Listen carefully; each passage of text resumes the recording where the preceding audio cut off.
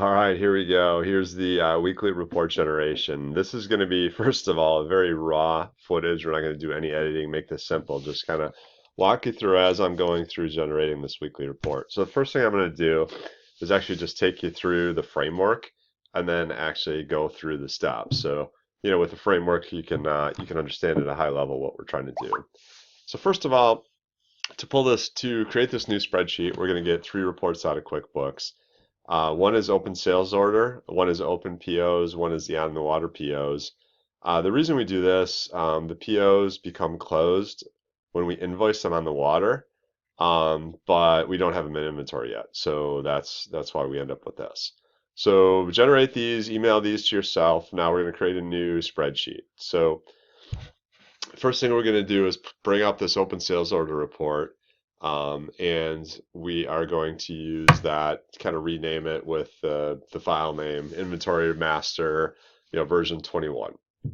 And then what you're going to do is pull in these other two spreadsheets into a separate tab. Just put the data for open POs, put a yellow line, and then put the on the water POs below it. Okay, so that covers this. And then the other thing is if we actually have any POs that have arrived in Two Rivers, we don't want to double count them. So just pull these out of the data.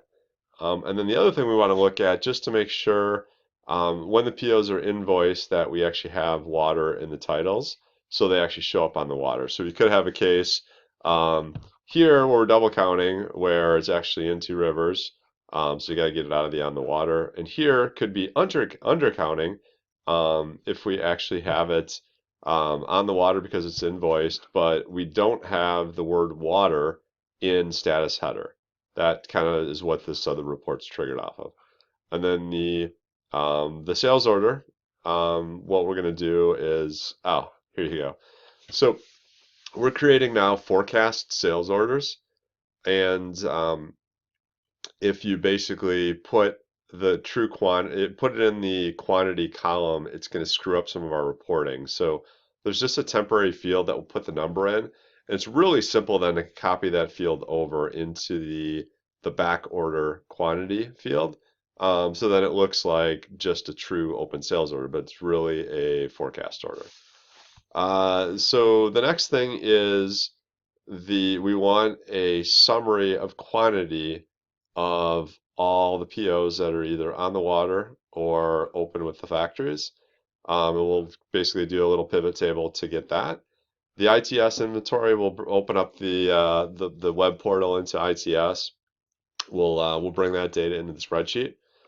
And then Two Rivers inventory, we'll take Brian's latest report and bring in that data. So now we're going to create this master tab that kind of pulls all this stuff together. So the first thing we're going to do is to create the tab, we're going to use the open domestic sales orders. We'll do a pivot table off of that. Creates a tab. Let's rename the tab master. So then we are going to, we'll add different columns, a column for Two Rivers inventory, ITS inventory, and open POs. And we'll pull the data from the other sources in the spreadsheet in with VLOOKUP. We're going to sum up these three columns, and that's our available inventory. And then what we're going to do is a simple formula, just subtract out the open sales orders and look for anything that's low or negative. Some cases there's just an error in the data, something wasn't pulled through right, so you got to investigate. The good news with that is, if anything, you end up with lower numbers that you have to go investigate and find out they're really true. And then again, look for gaps, figure out what we need to go and buy. So that's the framework. Now we'll kind of start taking you through the process. So step one is generate the three reports out of QuickBooks, okay? So I am going to open up QuickBooks here. So the reports, let me close these out and I'll just quickly take you through the reports. Okay, in reports, the first one we'll do is open sales orders. So that is they're all under memorize reports. Under customers, open sales orders, all three are labeled Nancy, I believe. So all we're going to do is take this report, do email, send report as Excel. Okay, next one is reports And I've got these reports already emailed, so just to speed this up a little bit. Okay, this is slowing down here. There you go. Okay, the other two are under company.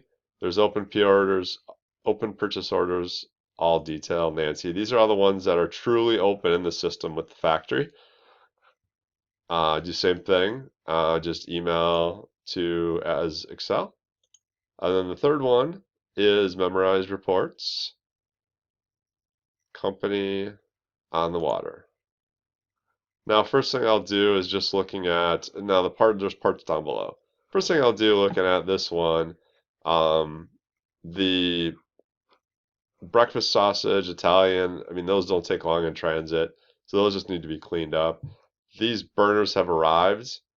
These thermometers, I believe, have arrived. And what you can do is look at the quantities here, 864, 1152. I'm just going to quickly open up the inventory, sorry, Brian's inventory.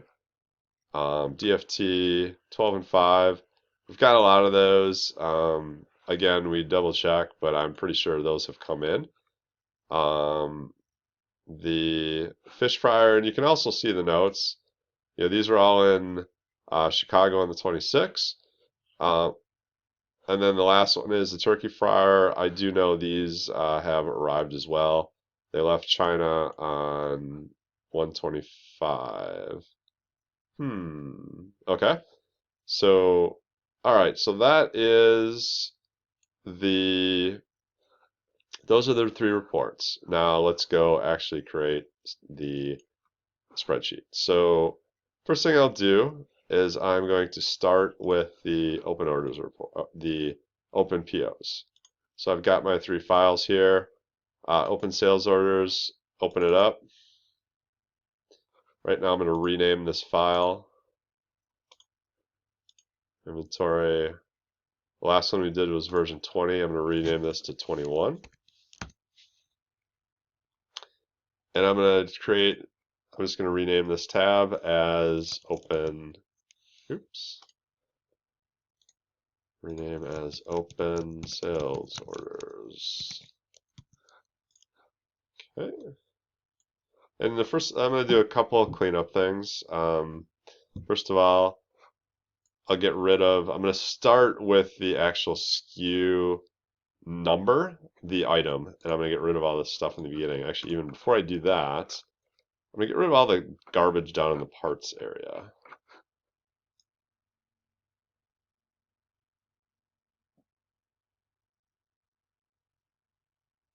So here's the total inventory, all these assemblies, parts. I'm going to get rid of all this stuff.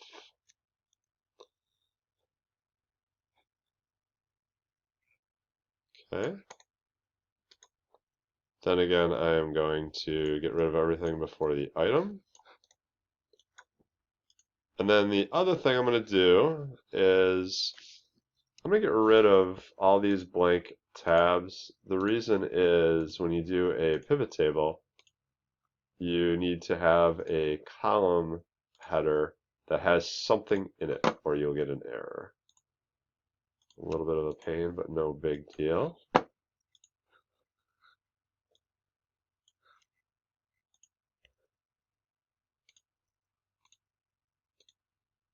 And I'm going to stop at the due dates because we're not going to use any of this date over here. So that is fine. Okay, so the first thing I'm going to do is let's turn on filters. Let's get rid of all the blanks here. Clean things up a little bit. Now you can see here's some forecast POs. And the other thing we can see is the class of whether it's forecast, domestic, or DI. I'm just going to make sure that the class is filled in for all these. Let's just look at blanks real quick. Looks like we've got a couple. This one's actually going to Blaines. And this one is going to FOP, is going to Menards. No, it's a Okay, but these are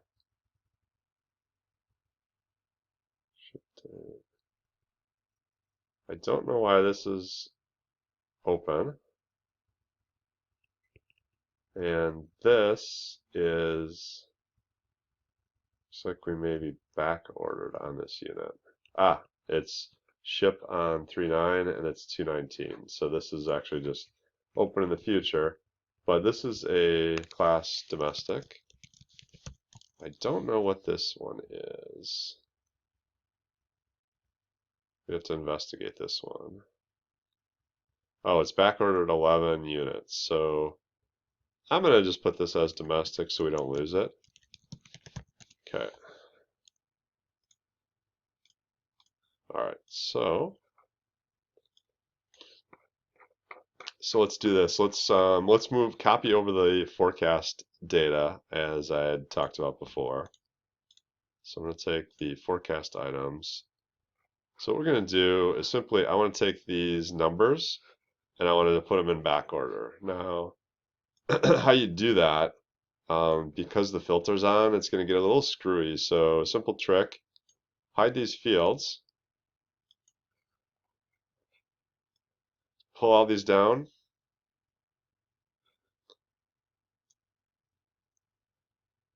drag them over.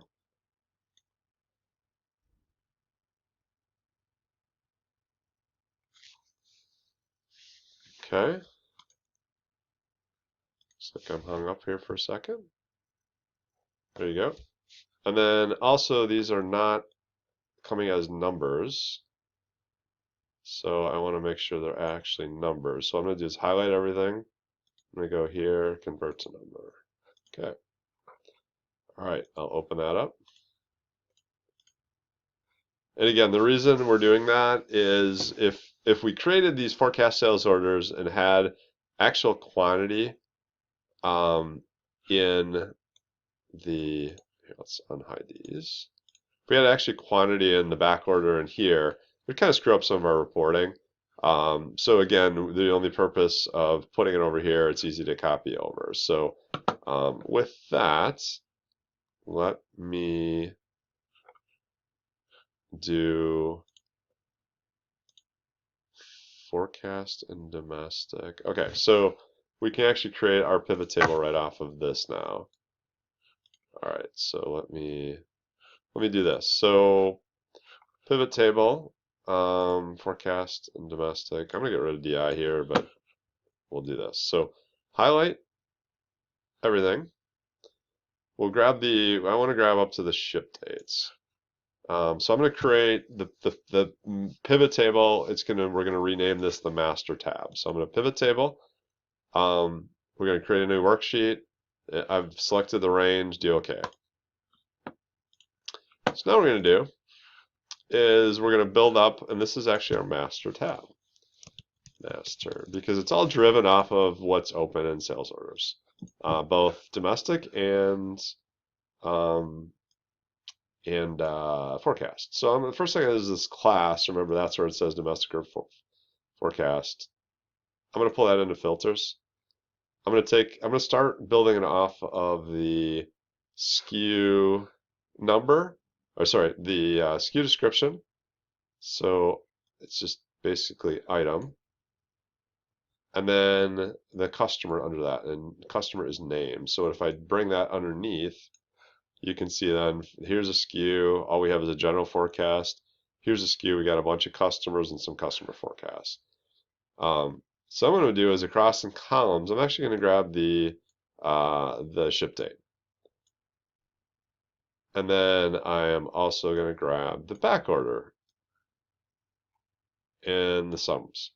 Instead of counting, I'm going to put it as sum. And we're gonna actually close out of this and start a new file.